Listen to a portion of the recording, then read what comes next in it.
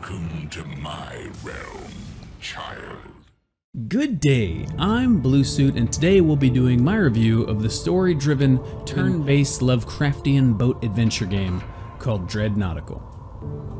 Dread Nautical opens with the ominous voice of the void, luring your pleasure cruise ship into a world of zombies and tentacles.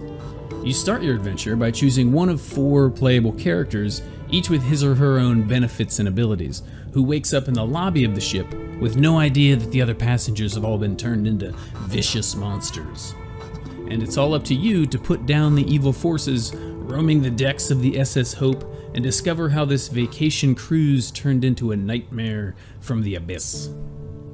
Dread Nautical is played day by day. You wake up in the morning, choose a deck to explore, and then you faint and do it all over again, reliving the same day over and over. Right from the start, the story had me hooked.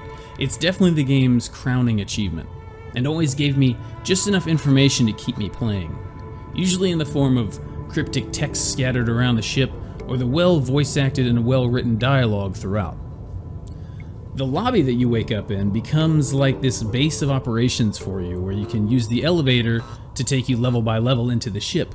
But I kept finding myself repeating the same levels, looking for extra codex entries or trying to recruit new members, just so I wouldn't miss anything along the way. Whenever you do find a new member to recruit, however, the mechanic for it seemed unnecessarily grindy. You have to complete the level that they're on over and over again until you get 3 to 4 conversation choices correct. And considering that each level takes about 15 to 20 minutes, it eventually becomes very tempting to just leave some survivors behind. The levels themselves leave much to be desired, as well as the combat that fills them. Each of the rooms are well designed. They have great lighting and lots of loot scattered around, but there's almost no variety here. Each deck that you visit will be made up of the same handful of rooms in a different order every time. The combat itself is extremely oversimplified and doesn't take much effort to make it through 99% of encounters without a scratch. If you're looking to pick this game up because you think it's going to have tough tactical gameplay, don't. And to add to the ease of combat, you can grind to your heart's content in Dread Nautical, a feature removed from every single other game in the genre because it so efficiently undermines the game's difficulty. If you want to max out your character and every workstation in your lobby, you can do so very early in the game. The gameplay does, however, have its bright spots. There are many items and weapons to be found and used in Dread Nautical. Not one of them are useless, and they even have different rarities and modifiers attached. Even though your weapons can break at an alarming rate, I rather enjoyed repairing and upgrading them in between levels.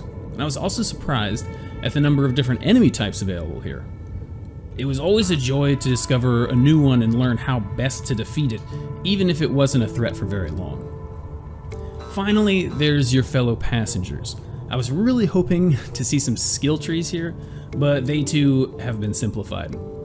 They do, however, come with a couple of base skills with varying usefulness. Mirage, the sassy Motown-era singer, for example, heals her entire team for 3 health after each fight. Or Scrum, the salty Scottish sea captain, who has the entire ship's map unlocked at all times. This was my primary motivation for recruiting the new characters. Even if I wasn't planning on using anyone new that I found, I was far too curious about what their innate skills were. But even with the solid cast of characters and skills and weapons and items, it didn't all amount to much, because they weren't at all necessary to be successful in combat. Most of the time I would forget they were even there, and when I did use them, it was only ever to see how they worked, never to gain a tactical advantage.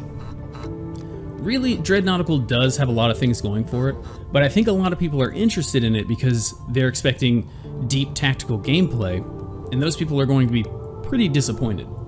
However, if you are looking for a PG-13 Lovecraftian story that's well written and interesting enough to pull you through a roughly 18-hour campaign, then this game is not going to let you down, because that's where it gets a lot of its worth from. Right now, full price on Epic Games is $20, but I think that's a bit steep. With how repetitive the gameplay is, even without grinding, I'm putting Dread Nautical's value right at $14. So if you do see it on sale and you're still interested, it might be worth picking up. I hope you enjoy this review of Dread Nautical. Come see me on Twitch where you can watch our reviews in progress. As always, don't forget to like, subscribe, and let me know in the comments what you thought about it. Until next time, peace!